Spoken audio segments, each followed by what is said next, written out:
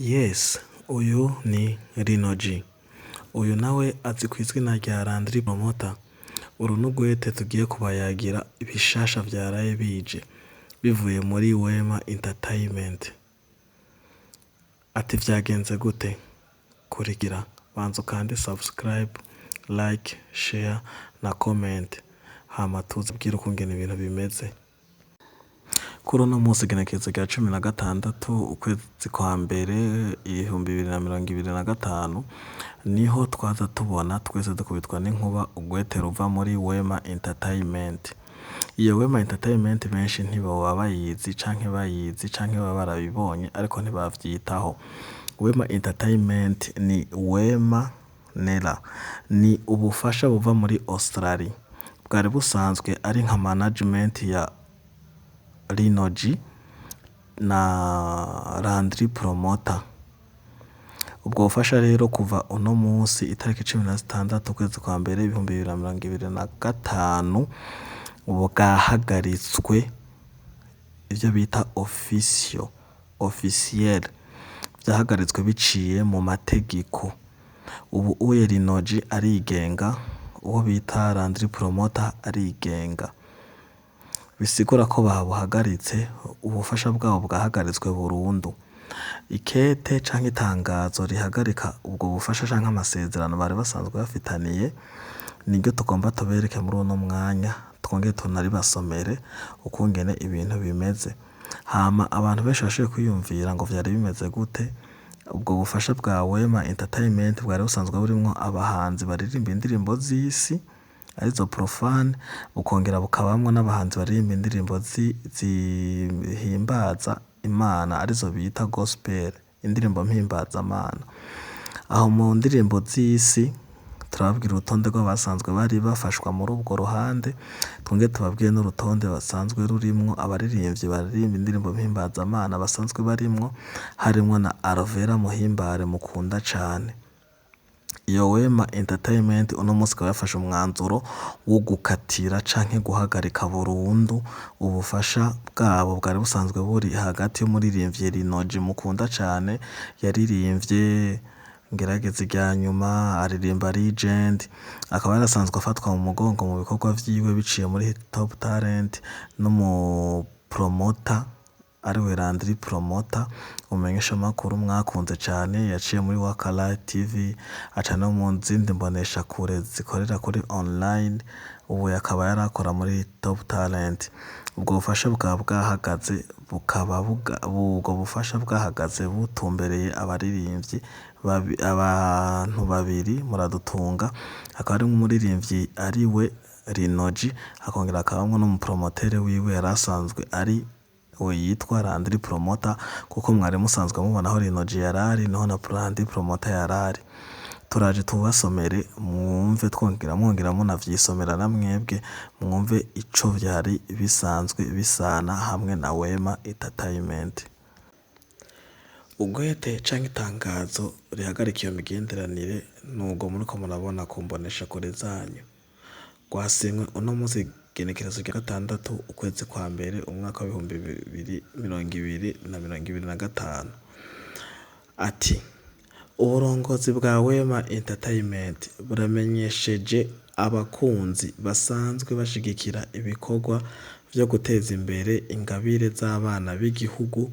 Wema Entertainment irangurira mu gihugu c'amavukiro ko Nduwayezu Lain ariwe muzi kw'izina rya Rino G hamwe na Iradukunda Seri musanzwe muzi nka Landry Promota batakibarizwa muri Wema Entertainment, inyuma yo kumvikana ku mpande zose guharigarika amasezerano yo gukorana akaburungu.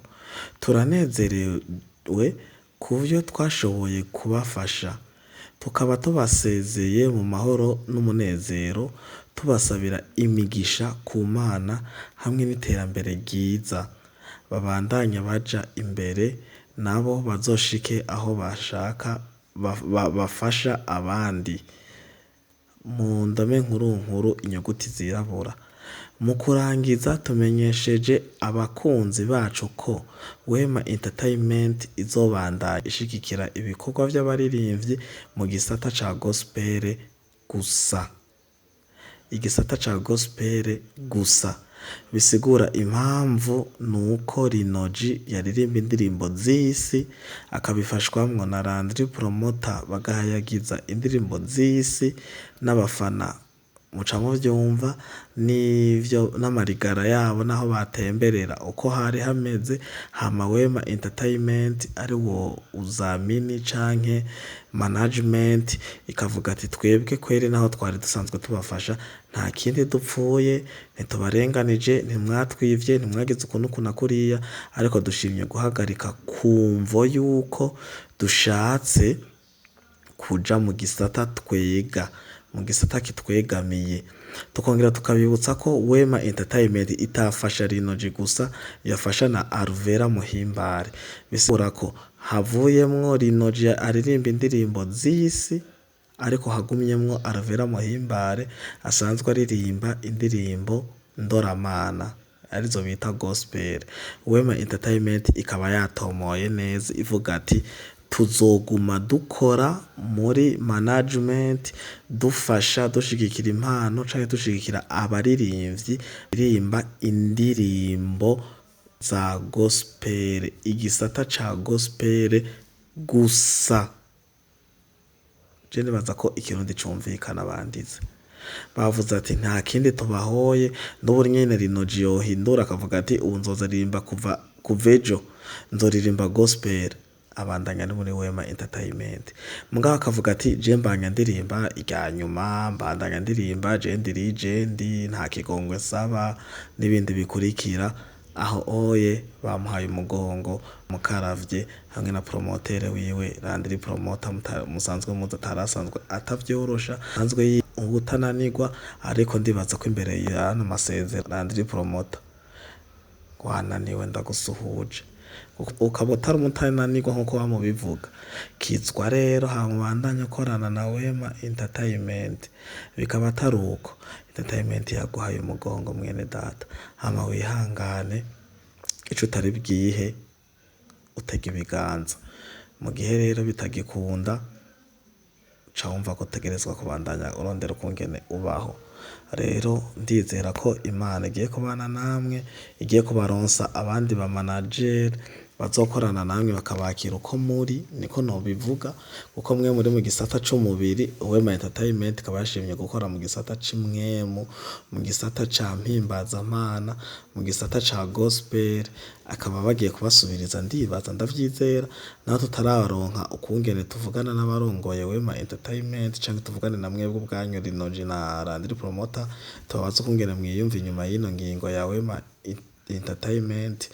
Ubufasha bwanyu bwahora bubafasha tukababona mugaragara musohora indirimbo nziza ku mwanya, mugasohora amavideo ku mwanya. Ndibaza ko atari ibintu bigiye koroha, ariko hamwe n'Imana ngira vyose muzobishobora, nkuko nabo nyene babisaba basabiye umugisha, muze mukore mwongere mugere ku rwego rwo gufasha abandi baririmbye bagenzi banyu. Ariko bobo bababwiye ati ciao ciao, bababwiye ati bye, bagiye gukorana n'abaririmbyi baririmba indirimbo ndoramana, bagiye gukorera mu gisata ca gospel gusa. Uwiteguye, ufise agahogo, ufise impano muri gospel, inimero za Wema Entertainment tugiye kuzisiga ngaho, hama muce muja muri comment canke mubarondere mubandikire mubabwira ati twashaka gusubirira kiya gitoboro cahora kirimwo Landry Promoter na Rinoji, tugifuke tuje tuzanye igikemanyi ca gospel, mubandanye mudushigikira. Hama yandi makuru ibiza guhinduka ejo canke hirya y'ejo, Landry Promoter na Rinoji aho azoba bagiye, uzoba ashimye kubafata mu mugongo bushasha, tuzobibamenyesha uko bizogenda bigenda. Uko biri kose igisata ca muziki hano mu Burundi turagikurikiranira hagufi, baronse management shasha tuzobibamenyesha, bagiye gukora ku giti cabo tuzobibamenyesha. Hama bandanye mu gukurikirana ibiganiro bica kuri Fleury TV, mutibagiye gufyonda kuri subscribe mu gifaransa haba hariko s'abonner, hama mugaca mugira like ariyo j'aime, comment ariyo commentaire, share ariyo partage. Hama tubandanye tubana muri bwa bumwe nyene mudahemukiya, kuko na radio canke televiziyo Floris TV ntibahemukira namba, iguma ibaha inkuru nshasha ziri ku mwanya.